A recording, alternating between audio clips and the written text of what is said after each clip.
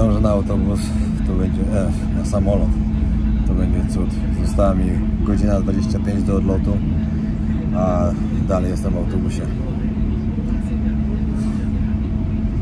Ja nie wiem. Ostatnio mam ciężko z wyliczeniem dobrze czasu. Tylko oni też tak jeżdżą. Na wszystko mają czas. Zdążyłem, ale fart. Za godzinę odlatuje samolot. Samolot. A wiecie, bramki niby godzinę przedtem zamykają. Oczywiście byłem ostatni. Pani kręciła oczami strasznie, ale zdążyłem. Kierowca taksówki, no, oczywiście była kłótnia z nim na początku, bo wiadomo, tu się z każdym trzeba trochę pokłócić. A bo oni po prostu tak może mówią, żeby to wygląda, jakby się kłócili. Ale tak leciał bocznym pasem, teraz mówię, panie, ja nie mam czasu, bo nie zdążę. I zrobił robotę. I to mega. Z innym bym nie zdążył. O. Dobra, trzeba coś szybko zjeść. Przechodzę bramki, pewnie przeszukanko będzie. W Hiszpanii pewnie będzie drugie przeszukanko, bo to wiadomo. Ale dobra. Jestem przygotowany. Czas wrócić do Hiszpanii. Ale w Hiszpanii zostaje tylko dzisiaj jeden dzień. Jutro już ruszam w trasę, chcę przejechać jak najszybciej do Francji. Tam jedna miejscówka, później Szwajcaria i zobaczymy co dalej.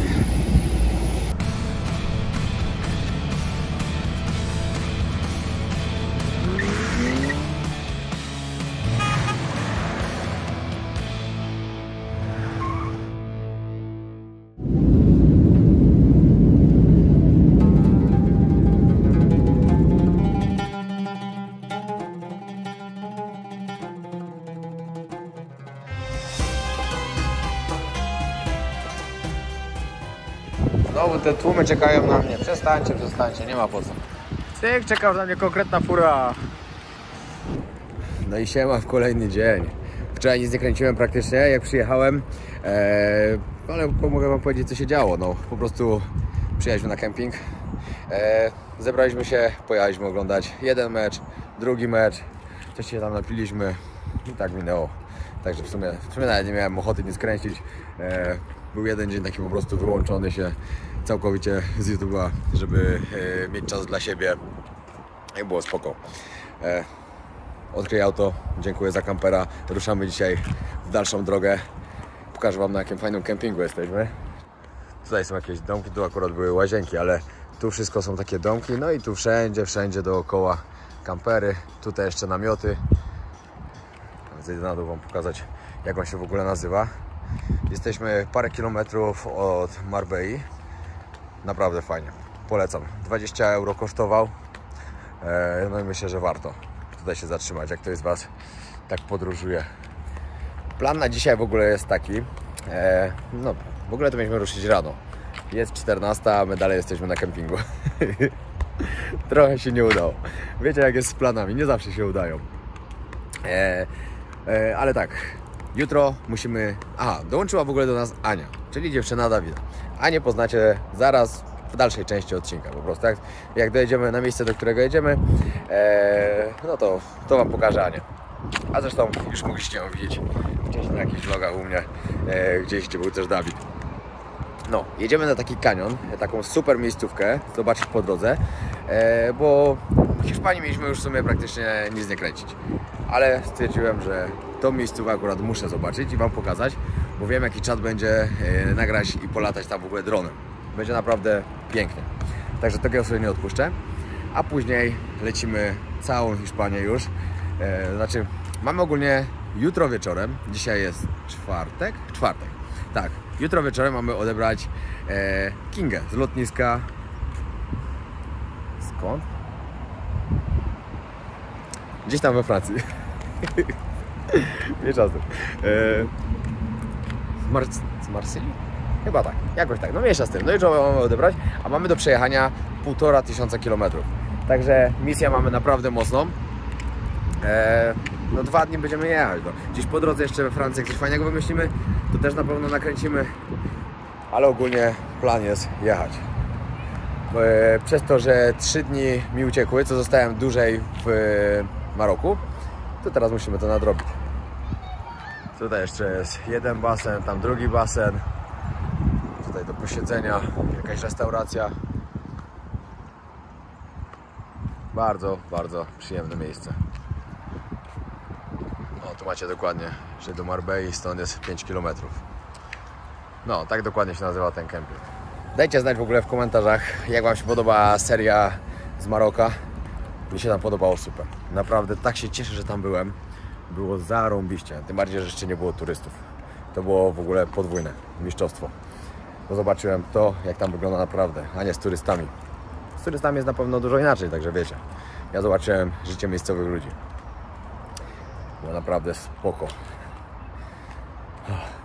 Jestem zmęczony, a jeszcze przed nami tyle do roboty dzisiaj. No ale trudno.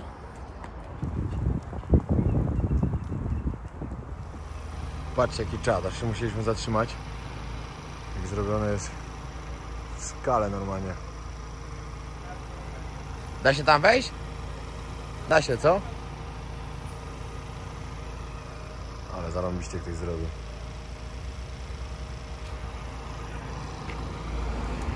Dotarliśmy na Caminito del Rey. Woda to tu ma taki kolor, że to jest normalnie miazga.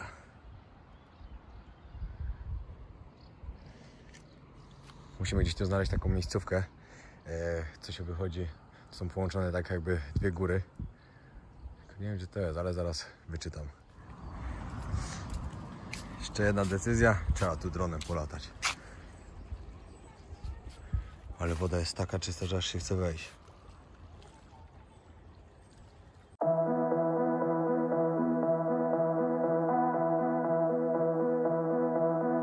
Maybe I was confused, or did you feel it too? In that room, it suddenly just felt like it was me and you. 'Cause I forgot about your friend. What's his name again? I really can't recall a single thing of what he said to me. It was just like waking up from a fever dream. When I found out that you have someone else and that she knows about me. What a waste on such chemistry. But if we could fuck the rules, you would be with me. If I'm not supposed to think about you like this, the universe... Z racji tego, że w tym odcinku będę dużo jechał, bo naprawdę, no prawie cały czas będziemy w trasie, to na Instagramie powiedziałem, żeście zadawali pytania z takim ładnym widoczkiem i odpowiadam na parę z nich. Sorry, jakoś nie wiem, dzisiaj jestem... Tragedię mam dzisiaj. Nie wiem dlaczego tak jest, ale tak mam.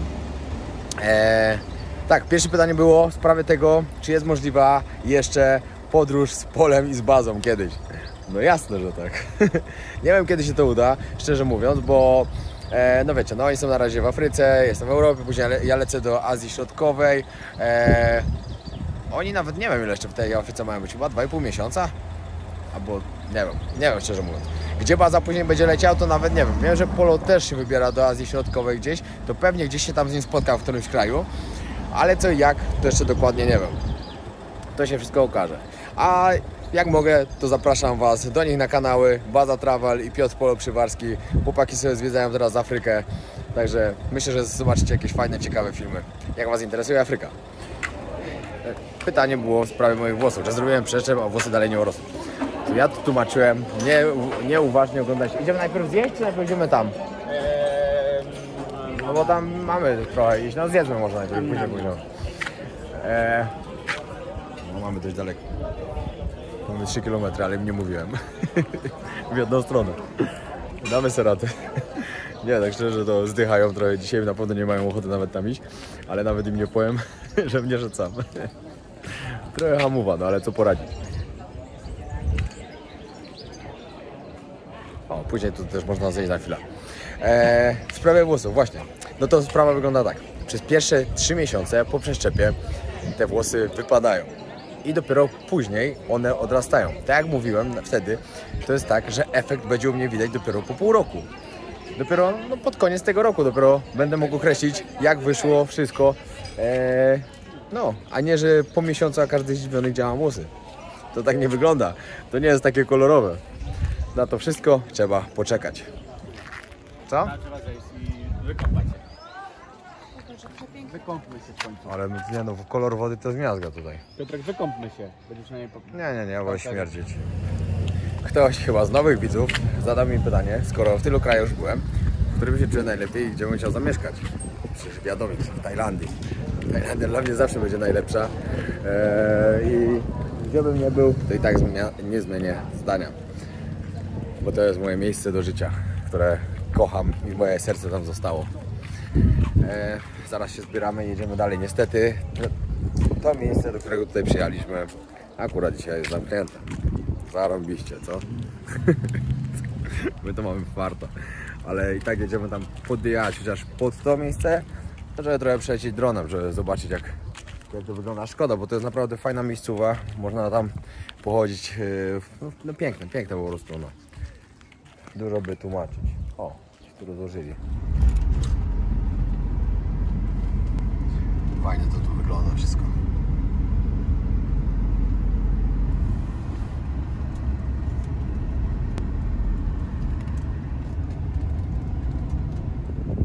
Przyjechaliśmy już na tą miejscówkę.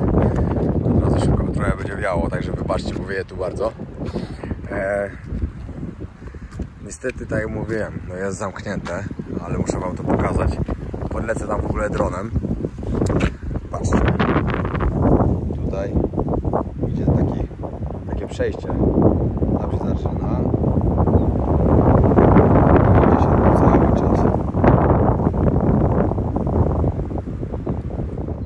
No i od razu z tym pięknym widokiem.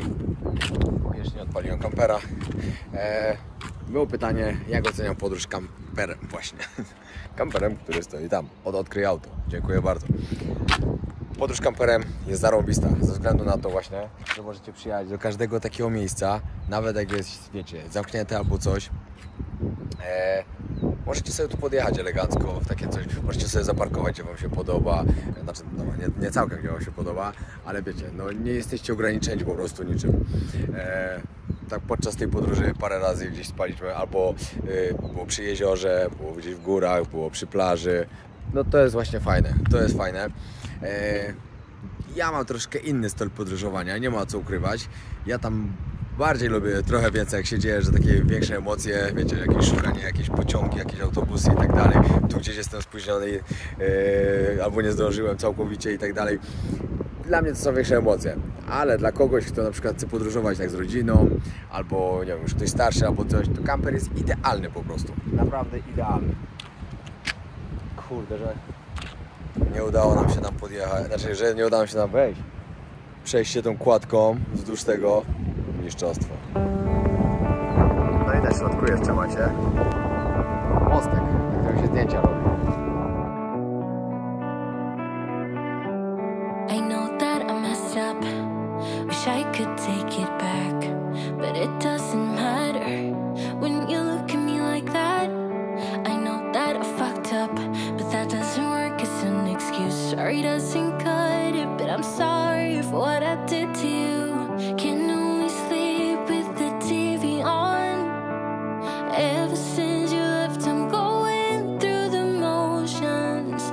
I'm laying here looking at the door. Please come home, you belong by my side, babe.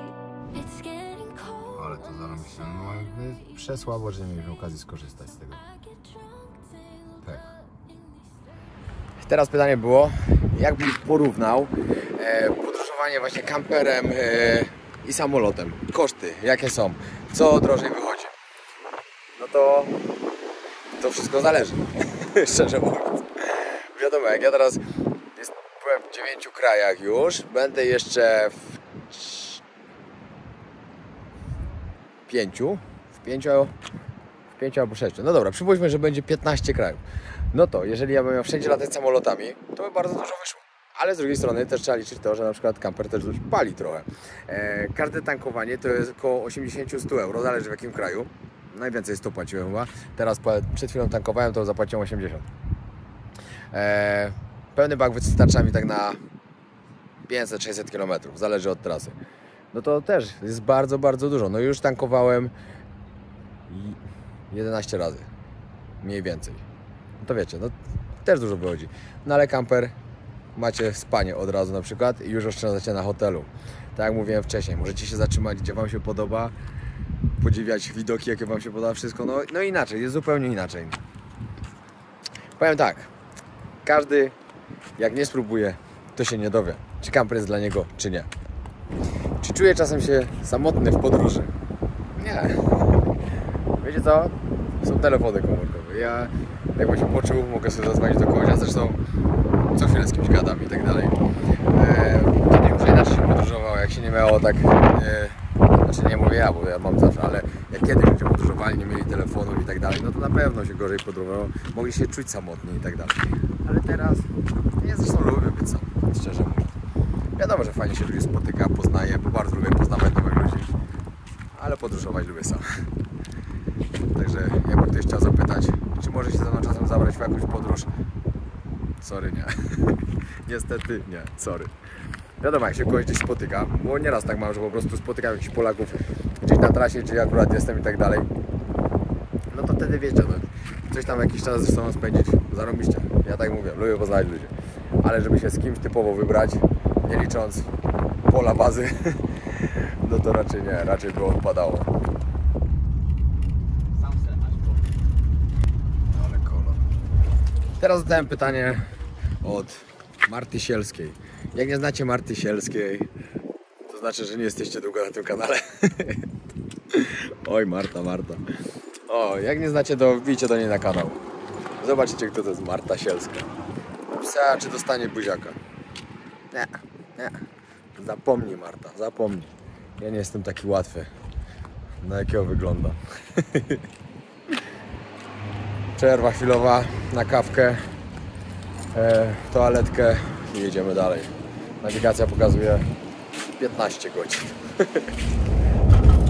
Kolejne pytanie jest, czy taka podróż jest bezpieczna? Ile kosztuje?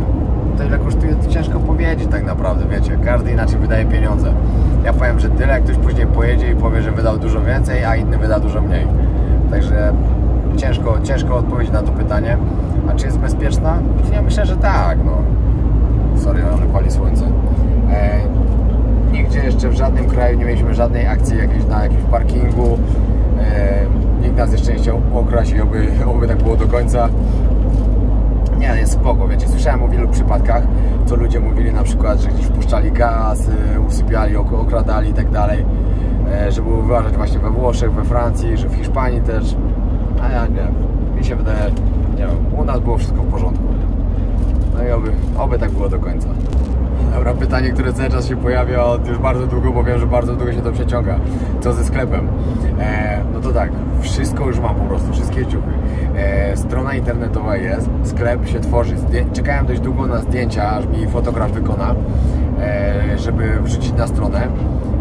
Myślę, jak wszystko dobrze pójdzie, to w przyszłym tygodniu zacznie działać. Oczywiście na którymś z filmów powiem o tym, żebyście wiedzieli, że ten sklep już działa. Będzie też ogłoszony i na Instagramie, i na Facebooku Podróże Wojownika, na fanpage'u. No, od razu zapraszam Was tam. Na pewno od razu zobaczycie. Strasznie się to długo przyciąga, bardzo długo, no ale po prostu tyle jest z tym załatwień wszystkich.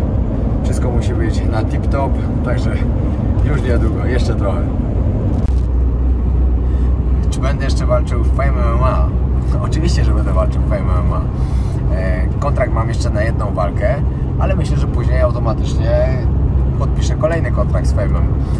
Ja na razie się chcę trzymać Fame'u, jest mi tam dobrze mnie traktują, także dlaczego nie? I od razu, jak już mówimy o Fame'ie, to wspomnę o pay-per-view, którym mówiłem, że sprzedaję, że będzie przekazywane na dzieciaki. Pay-per-view sprzedałem prawie 5000, pieniądze będę miał już za niedługo i wymyśliłem, co będzie z tymi pieniędzmi zrobione. Oczywiście część leci do Tajlandii, tak jak mówiłem, na biedne dzieciaki, tam do Przemka. Część poleci do Adama, do Kambodży. On tam pójdzie do tej dziewczyny, do tej Tydy, nie wiem jak to się wymawia imię, której ogłaszałem kanał niedawno. Ona pomaga dzieciakom, także tam też coś pójdzie. Dodatkowo poleci do Damiana na Filipiny. gdzie oglądaliście odcinek albo nie oglądaliście, a jak nie oglądaliście, to zapraszam na kanał Ucieczka do Raju, zobaczycie tam odcinek ze slumsów, to też część tam poleci, a część po prostu do domu dziecka w Polsce, do którego tam pójdę. No, myślę, że fajną ekipą. Zrobimy dzieciakom prezenty i tak dalej. Pieniądze, które będą wydane tam i w Tajlandii, i na Filipinach, i w Kambodży, powiedziałem, żeby chłopaki po prostu kupili jakieś przybory szkolne dla dzieciaków, jakieś zabawki, nie wiem, może jakieś jedzenie. No zobaczymy po prostu. To już wszystko zostawiam w ich rękach. Mam nadzieję, że to wszystko fajnie wyjdzie. Także do tych wszystkich, którzy chcieliby się doczepić, że obiecałem, że pójdzie i dalej się nic nie dzieje. Tak, to tak długo trwało, ale za niedługo wszystko się będzie działo i na pewno zobaczycie też z tego jakiś filmik. Kolejne pytanie było, kiedy Ty trenujesz? Jak mam czas? Jak mam czas, to robię sobie trening. Na razie te treningi wyglądają tak, że po prostu robię cokolwiek, tam wiecie, pompki, brzuszki, przysiady, żeby tylko się nie zastać za bardzo. Po przeszczepie włosów przez miesiąc nie mogłem w ogóle praktycznie pocić głowy, dlatego nie mogłem się ani na żadną salkę potrenować, ani nic. A zresztą powiem Wam szczerze, że tak jak się jedzie w kamperze, to jest ciężko po prostu. Ciężko jest iść na takie treningi, bo codziennie się jest gdzie indziej, trzeba jechać i tak dalej. No, po prostu miałem teraz wakacje, odpocząłem sobie, ale za niedługo wracam i startuję dalej. O, przede mną wysokie góry i tam wygląda jakby był śnieg, ciekawe. Chyba śnieg. No, także mam nadzieję, że nie wiem, od razu po powrocie już zacznę trenować. No. Na początku pierwsze co przyjadę, właśnie muszę iść na kontrolę, żeby lekarz zobaczył jak tam na głowie, jak to się goi, wszystko i tak dalej. No i później biorę się za siebie i mam nadzieję, że jakaś walka będzie, nie wiem, albo pod koniec roku, albo zaraz początkiem roku, nie wiem. Jak wjadę do Tajlandii, zacznę się mocno szykować do walki, no i będę chciał, żeby Fame dał mi kolejną walkę. Z kim? Nie wiem, zobaczymy. Trzeba zatrzymać się coś zjeść, bo 9:30, już w sumie czas zjeść.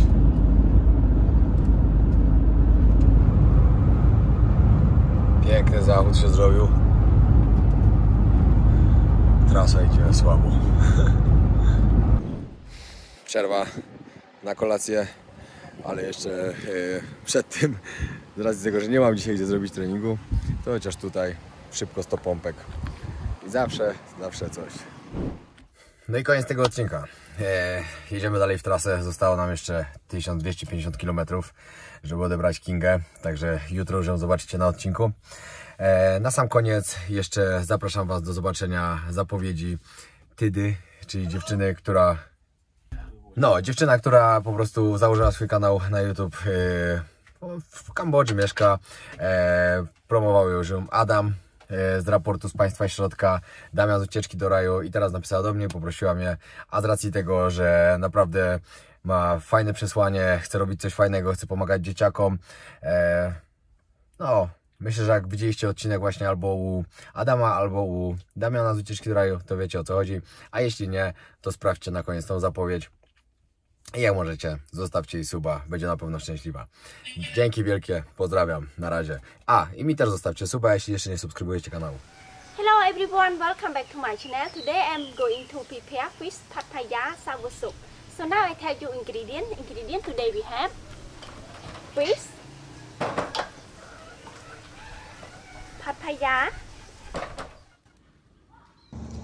Hello everyone, my name is Thida. I'm 27 years old. I'm from a small village in Cambodia.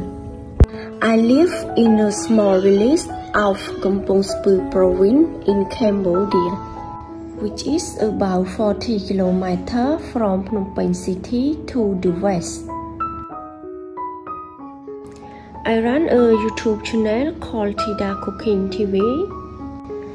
My YouTube channel is about cooking, Cambodia village lifestyle, travel and charity.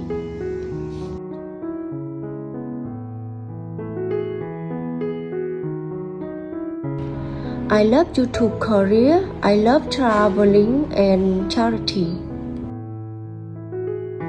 I love to explore new culture and visit from country to country. Poland is a beautiful country in Europe.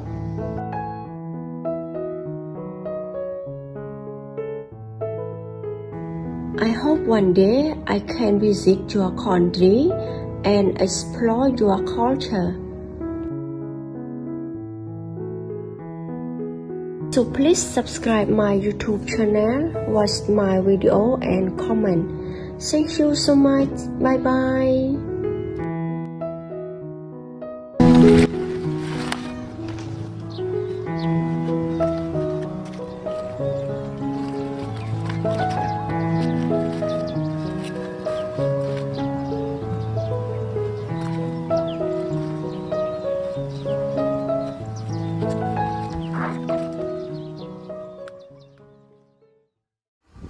Patrzcie, jak to pięknie wygląda.